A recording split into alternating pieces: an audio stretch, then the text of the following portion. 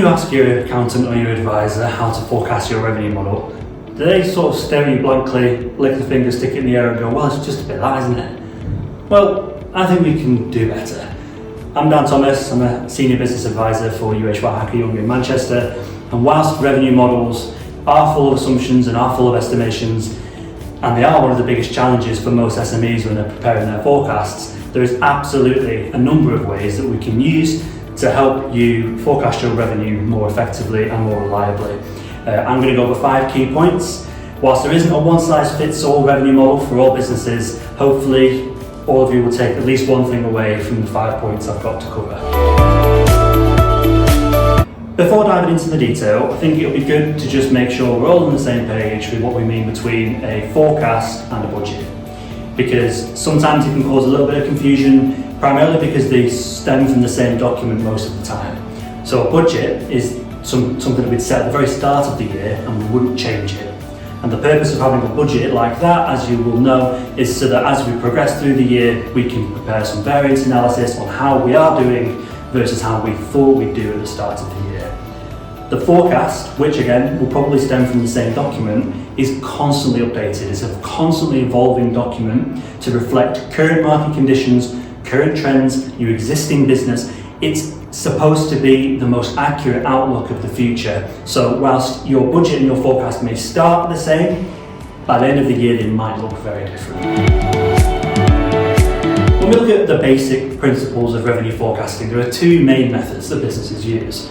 The first method is to analyse historic trends. Now this only really works if you've got a robust data set. If you've got good data for your past few months, it can be an effective way to forecast your revenue by analysing your previous 6 months worth of revenue and looking at the month-on-month growth in between those months, and then utilising those growth rates to forecast your revenue for the next 6, 12, 18 months. What's important to understand as a limitation of that method is that it completely ignores seasonality. If you've had a great 6-month period because of the holiday season, you don't want to then base your revenue growth rates off of that period. So you do need to factor in seasonality, but provided that your data is good and reliable, this is a usually quite reasonable method of forecasting your revenue. The second way that businesses typically tend to forecast revenue is a more goal-oriented focus. So instead of looking back at how we have done and using that to plan for the future, we say, well, what if we wanted to double our customer base in 1 year? So at the end of this year, we want to have double the number of customers that we have now. What does the journey from now to the end of the year look like? How do we get there? How many sales do we need to make each month at a reasonable rate to be able to reach our goal, and then kind of work backwards from there? And then you take all the associated variable costs, staff costs, marketing costs, match them up to the amount of customers or clients or new projects that you're intending to win over that period, and then use that to populate the rest of your forecast model. Customer churn. This is a huge bugbear of mine. It's something a lot of businesses forget about or even just don't consider as relevant for them when they're planning their revenue forecast. So just so we're on the same page, customer churn is the inevitable nature of your customers leaving you for another competitor or just generally becoming inactive. If you've got a SaaS-based business, a software as a service business, and you've got a bunch of customers or clients in your system, there is a very reasonable chance that not all of those customers are always active all the time. And there is also a chance that those customers will leave and go elsewhere. This needs to be factored into your revenue forecast. It's a very good mechanism to manage your risk. So if somebody else is looking at your model, for example, a potential investor, they'll see that you've understood that there is a real possibility that customers will leave you and that you've factored the implications of that into your model. How do we calculate customer churn? It's hard to say. If you've got a good, robust data set, as I've mentioned previously, you can look at your current churn rates. If it's reasonable for between 0.25 to 0.5 of your active customers to leave in a month, use that. If not, just go with something that looks conservative, something that looks reasonable to you, anywhere between sort of 0 to 2%, depending on the sort of business that you are, seems reasonable to me. But it's very much dependent on what business and what sector you're in.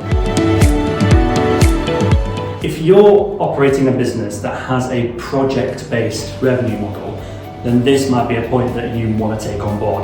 What I mean by project-based business is a business that has quite long-term engagements with customers, on a project-based model. For example, a building firm or construction firm that has building projects that might take anywhere between 1 month and 2 years, or an agency that forms a relationship with a customer to develop something over a period of time, which may or may not have multiple stages, and the customer may not transition onto the next stages every single time. There might be a drop-off percentage.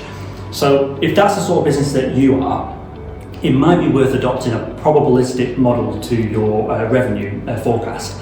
What I mean by that is, in your revenue model, map out all the potential projects that the business may or may not win in the next 6, 12, 24 months, however long you're forecasting for. Map them all out, use your pipeline document, use a bit of estimate, just get all your projects on there. And then also include active projects that may or may not transition into future stages as well. So there's a chance that customers might drop off. Once you've got all your projects mapped out, assign probabilities to them. How likely do you think you are to win that piece of work? Or how likely do you think it is that the client is going to continue working with you and move on to the next stage?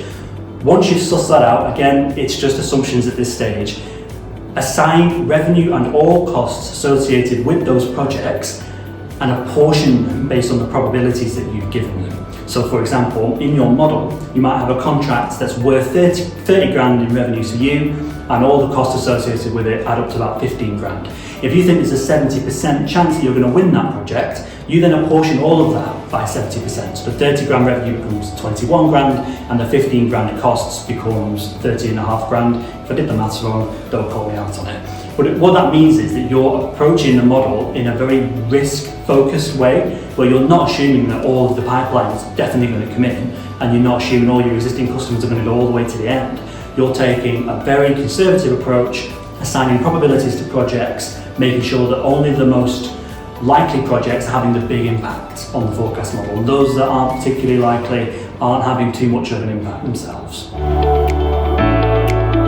Finally, for businesses that have a really complex client base, I see this a lot with businesses that have, it's a SaaS business, it's a B2B SaaS business, and they've got plenty of clients that all have different needs, and we bill on time, we don't necessarily have set rate cards, so it looks, when we look at our client base, all clients are billed differently. There's not one client who might cry. It's all, everything's too different. It's impossible to forecast our revenue model. It's definitely more challenging when you've got a business with a customer base that's that segmented, but it is possible. Something you might have to do before even starting your revenue forecast is look at your existing clients and try and divide them into buckets or categories. Let's say you go with 2 to 5 buckets. So if you were going to 2 buckets, you might say that these are low value customers and these are high value customers. If you go with 5, it might be low, slightly low, medium, high, very high. It's kind of trying to group your existing customers into how much revenue they generate for you and how much gross profit they generate for you. And you'll find that you might be able to form a pie chart which gives you an idea over your general kind of customer base if you group them into buckets according to the value that they bring to your business. Once you've done that, you can then add all of those buckets as separate revenue streams in your forecast model and grow them independently of each other. So for example, if a big client, let's say you've got 30 clients and 2 of them you've classed as big clients. These are the clients that take up 25% of your total revenue despite only being 5% of your total customers. You might want to map how many big clients you want to win over the next 6 months. And then independently of that, how many decent sized clients, how many small clients, and map them all out in a timeline and apportion your revenue model based on that. Why this is also really helpful is businesses like this tend to have account managers that look after clients, and account managers tend to look after clients based on the volume of work involved as opposed to the physical number of those clients. You'll be able to get a sense of how many account managers are right for the current customer base and what the average kind of revenue per account manager is.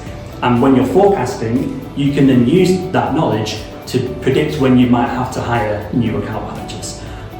So this is a really good way to sort of model a business that has a seemingly impossible revenue model. Try and compartmentalize the problem, try and group your customers into buckets, and then forecast each of those buckets individually.